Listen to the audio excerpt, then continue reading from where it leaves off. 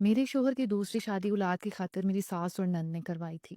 شادی کے دن قریب آئے تو میری ساس اور نند نے کہا کہ تم اپنا روم خالی کر دو، اس روم میں ہی ہم دلہن کو لائیں گے۔ میرے لیے یہ قیامت کا منظر تھا۔ میں نے وہ کمرہ تو چھوڑ دیا، لیکن اس کے بعد میں اپنے مائکے جانے لگی۔ لیکن میری ساس اور نند کے ظلم کی انتہا تھی کہ انہوں نے کہا کہ تم مائکے نہیں جاؤ گے، اگر تم مائکے چلے جاؤ گی تو گھر کے کام کون کرے گا۔ مجھے نوکرانے کے طور پہ شادی کے دنوں میں اس گھر میں رکھا گیا، اور میرے شوہر نے ایک لفظ تک نہ بولا، جو پہلے مجھ سے محبت کے ہزار دعوے کرتے تھے۔ شادی ہوئی، دوسری عورت گھر آئی، اور میرے شوہر اتنے خوش تھے شادی کر کے جیسے ان کی پہلی شادی ہو۔ یہ سب میں اپنی آنکھوں کے سامنے دیکھ رہی تھی۔ میں نے ان کے سارے کام کیے، ان کے لیے ناشتے بنائے، اور اس کے لیے مجھے مجبور میری ساس اور نند کرتی تھی، لیکن ان کو روکنے والا کوئی نہیں تھا، یہاں تک کہ میرے شوہر بھی نہیں۔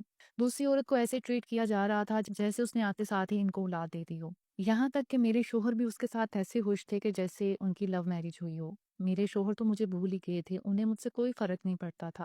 اتنے خوش تو شاید وہ میرے ساتھ بھی نہیں تھے جتنے خوش وہ اس عورت کے ساتھ تھے۔ اس کو روزانہ باہر گھمانے لے کر جاتے اور اس کا بچوں کی طرح خیال رکھتے تھے۔ میں نے اس گھر میں یہ دن کس حیثیت سے گزاری ہے میں ہی جانتی ہوں، یا میرا اللہ جانتا ہے۔ ایک دن میں نے ہمت کر کے اپنے شوہر سے کہا کہ میری اب بس ہو چکی ہے، میں مزید برداشت نہیں کر سکتی، آپ مجھے میری امی کے گھر چھوڑ دیں اور آپ اپنی زندگی میں خوش اور آباد رہیں۔ لیکن میرے شوہر نے مجھے کہا کہ